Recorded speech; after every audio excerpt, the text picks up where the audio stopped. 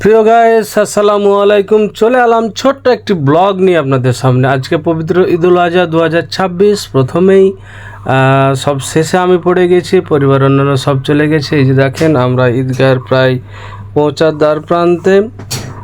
কতগুলো মানুষ আজকের ঈদের নামাজ আদায় করার জন্য তারা প্রস্তুতি নিয়ে আসছে, এবং দেখেন অসংখ্য মানুষের ভিড়, তার মধ্যে পদচারণা। আমিও তিল তিল করে কুটি কুটি পায়ে আপনার ঈদগাহে পৌঁছে গেলাম।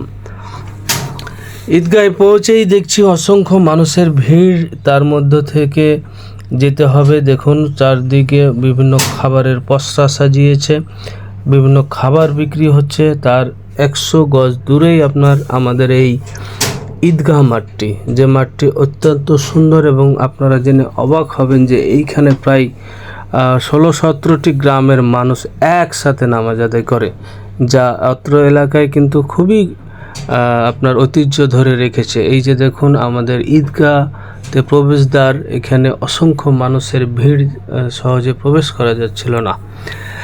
এরপরে দেখে নিজে একটা সেলফি তুলে নিলাম। স্মৃতি বলে কথা, যেটা রাখতে হবে। এই স্মৃতির মধ্যেই আমরা কিন্তু এই ঈদগাহ মাঠের ভিতরে প্রবেশ করব।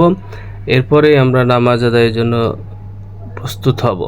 এই যে দেখেন অসংখ্য মানুষ আপনার ঈদ পথের যে যাত্রা, সেখানে যাচ্ছেন। ওই যে আমাদের ঈদের যে বাউন্ডারির ওয়াল কিন্তু আপনারা দেখতে পাচ্ছেন।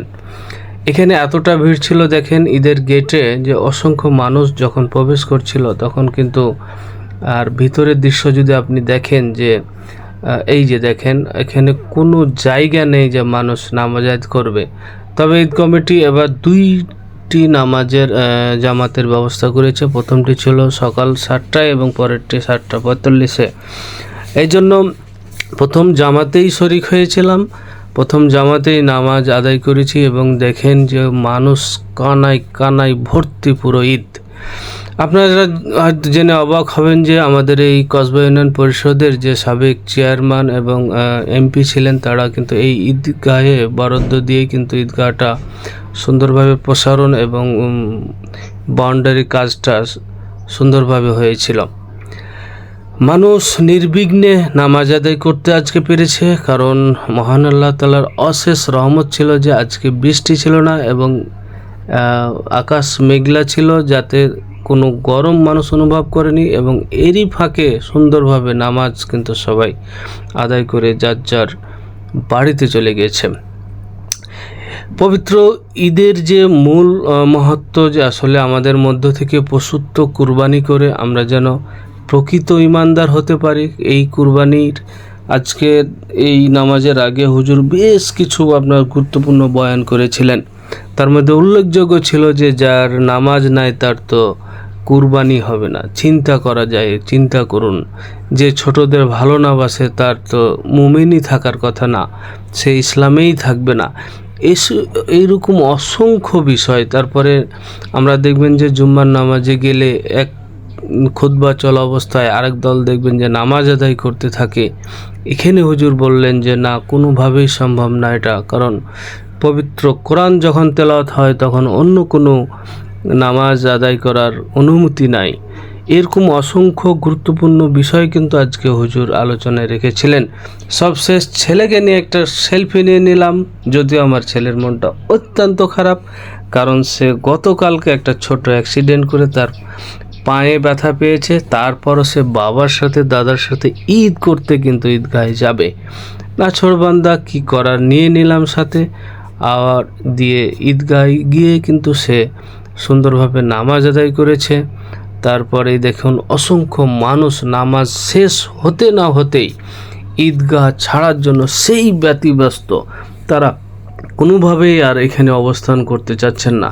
কারণ ওই যে হুজুর, যে আমাদের যে ঐতিহ্যবাহী এবং স্বনামধন্য হুজুর আছেন, এনার ওয়াজ যে যতটা কাট, আপনার মানুষ কিন্তু ততটা গ্রহণ করতে পারে না। কারণ সবগুলো মানুষ, আমি সহ সবার ভিতরে যে অসংখ্য দোষগুলো আছে, এগুলো কিন্তু হুজুর একবারে স্পষ্ট করে এবং সুন্দরভাবে জানিয়ে দেয়।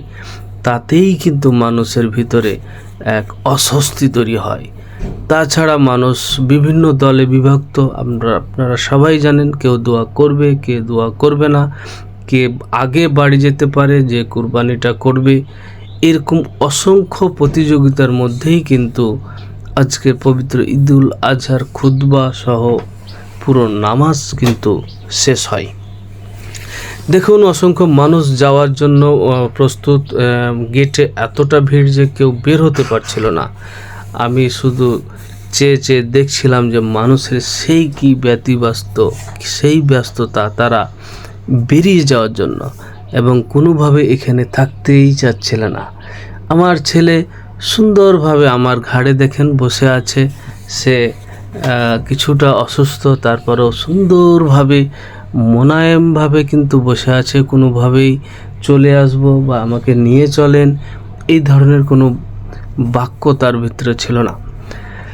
এরই মধ্যে আপনার প্রথম জামাতের খুতবা সহ অসংখ্য মানুষ চলে যায়। পরবর্তী যে দ্বিতীয় জামাত, এই জামাতের নামাজের জন্য যারা কিছু মুসল্লি যারা প্রথম জামাতে অংশগ্রহণ করতে পারেনি, তারা চলে আসে এবং পরবর্তী জামাত কিন্তু অনুষ্ঠিত হয়। আজকে ঈদগাহের পরিবেশটা খুবই শান্ত, নির্মল এবং সুন্দর ছিল এবং একটা রহমতের আবহাওয়া কিন্তু সবচেয়ে বিরাজমান ছিল। প্রিয় গাইস, আমরা গত ঈদের কথা যদি বলি, আপনার পবিত্র ঈদুল ফিতরের সেই ঈদ কিন্তু আমরা এই ঈদগাহে যে পড়তে পারিনি। আমরা কিন্তু সবাই আপন আপন এলাকার মসজিদে কিন্তু ঈদের নামাজ আদায় করেছিলাম। কিন্তু এবার মহান আল্লাহ তাআলার দরবারে অসংখ্য শুকরিয়া যে এবার আমরা কিন্তু তা করতে হয়নি, সবাই পবিত্র তো এই নামাজ আদায় করেছে কিন্তু আপন আপন ঈদগাহে। নামাজ শেষের দৃশ্য দেখুন, মানুষ ওদিকে খুতবা চলছে, এদিকে মানুষ বাড়ি যাওয়ার জন্য ব্যতিব্যস্ত এবং খাবারের দোকানে কেনাকাটার জন্য ব্যস্ত। এই যে দেখুন আমাদের ঈদগাহের প্রাচীর, আর এই দিকে আপনার দোকান এবং অসংখ্য মানুষ কিন্তু বের হয়ে চলে আসছে, তারা কিন্তু খুতবা শুনতে চাচ্ছে না। এরই মধ্যে আমরা বাপ ছেলেও কিন্তু মোটামুটি প্রস্তুত বের হওয়ার জন্য, কিন্তু দোয়া করার যে একটা উদ্দেশ্য আছে, এটা করব, কিন্তু মানুষ কিন্তু কোনোভাবে আর থাকতে চাচ্ছে না। তারা কিন্তু বিভিন্নভাবে প্রস্তুতি নিয়েছে চলে যাওয়ার। তো প্রিয় গাইস, এই ছিল আজকের মতো। ভালো থাকেন। আসসালামু আলাইকুম।